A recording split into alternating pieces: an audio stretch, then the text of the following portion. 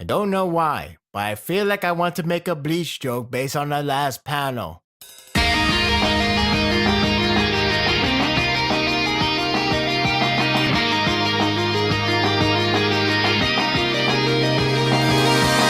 The more answer comes in, the more question we gain. It was confusing how the series appeared to be not ending sooner than we thought, but it is confusing on what is the main goal today. Even by the end, I was left questioning, yet fascinated to know how engaging this all is. It's quite astounding how Sorochi is keeping things enticing. That or he doesn't know how to end according to the one past joke he did. Regardless, this chapter left me intrigued, entertained, and thinking. It doesn't appear that Naraku is immortal anymore, though they are still around today. It's a good thing Hijikata's moment wasn't just a passing by segment, as in, you see one character, and probably won't see him for a long time. In other words, one and done. Thankfully, he does get involved and left him wondering why Naraku is still around. This could elevate the plot to enter the next phase, where other characters such as Kondo to be notified that their enemy is still around.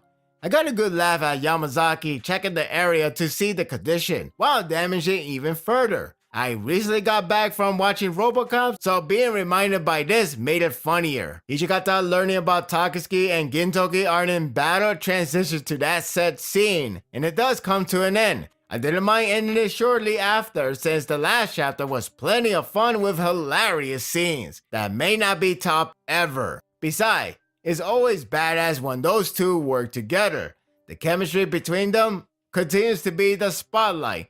Only this time, it's more on a serious note. I was already missing the comedy piece, but I do love this as well. It's very much like them to be in sort of a love-hate relationship that boils down to guys who want to kill each other. It's charming in a way on how they spill out words that say they hate to work together, but their expressions say otherwise. It's only the enemy of their enemy that makes them friends, yet it's a friendship they know fondly. That's what makes the dynamic impressively unique. It's a shame that they are fugitive in the midst of all of this, though I do hope that they take notes on Naraku being around to change their approach and work together. I'm just glad that Tatsuki isn't evil as fans once speculated. Actually, he's not even alone as well. Before getting more into that, it was cleverly nice of him to cause a distraction for them to make an escape by using the corpses.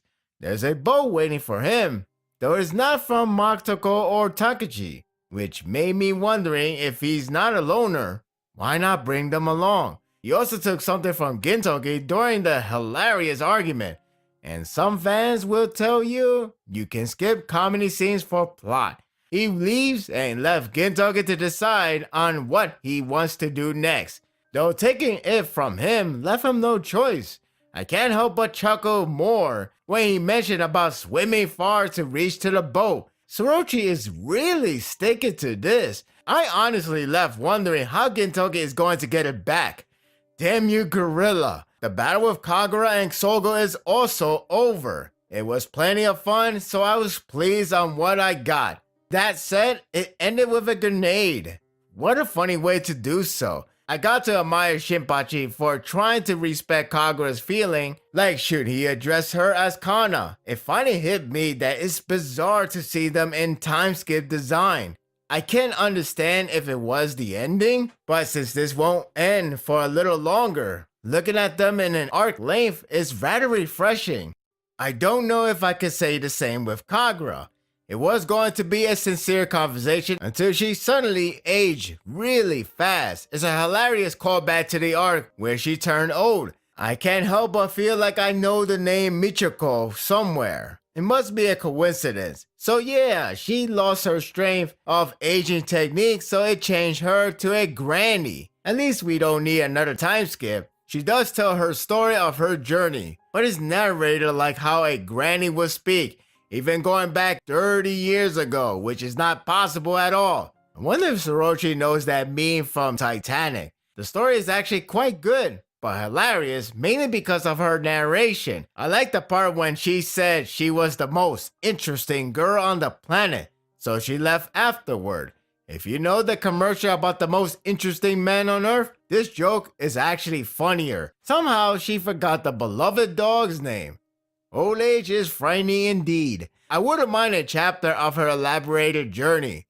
It looks interesting to see different climax. The interesting yet comical piece of the story is she met a guy who apparently can only speak in Z's, as in sleeping noise. She fallen asleep, yet supposedly that's part of the story. I don't know. It appears that mysterious stranger was the one who taught her the similar technique the son used in the war. I don't know if that is him or someone else entirely, but I wonder if he will return later or not. The Caesarean motion kicks in hard when Kagura got up, and despite all the places she has gone and techniques she learned, she couldn't change anything. Sadaharu is still frozen in state.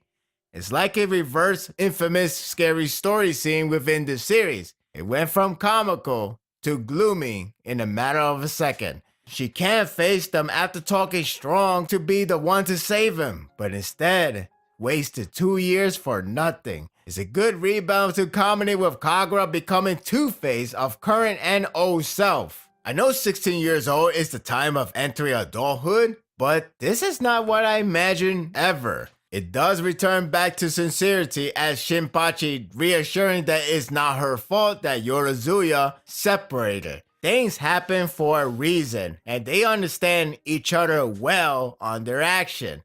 This is why I love this family. These characters speak to me deeply, and every word gets to me. Sogo got a hunch that Gintoki may have disappeared regardless if Shinpachi or Kagura leaves, which only means he is well aware of his agenda. If you somehow not convinced about Tatsuki as a good guy, the whole page of him boarding on the boat will. It's rare to hear him interacting with the crew politely, including being sorry for the lateness. Development is a true gem.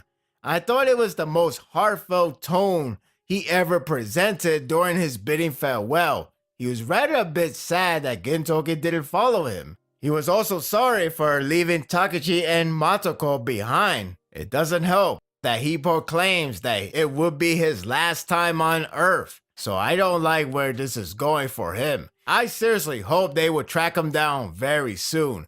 Gintoki actually followed him, and I honestly thought Tsuruchi ended the joke of can't swim. Nope.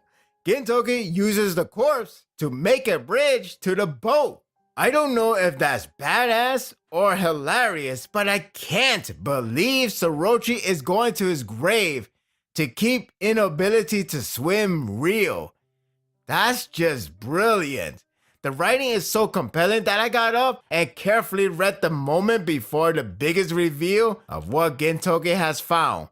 He built up for a gratifying reveal with his long journey searching for a special item that it took 2 years to find. I was really amped up to see the reveal, and as soon as I turned the next page, I flipped.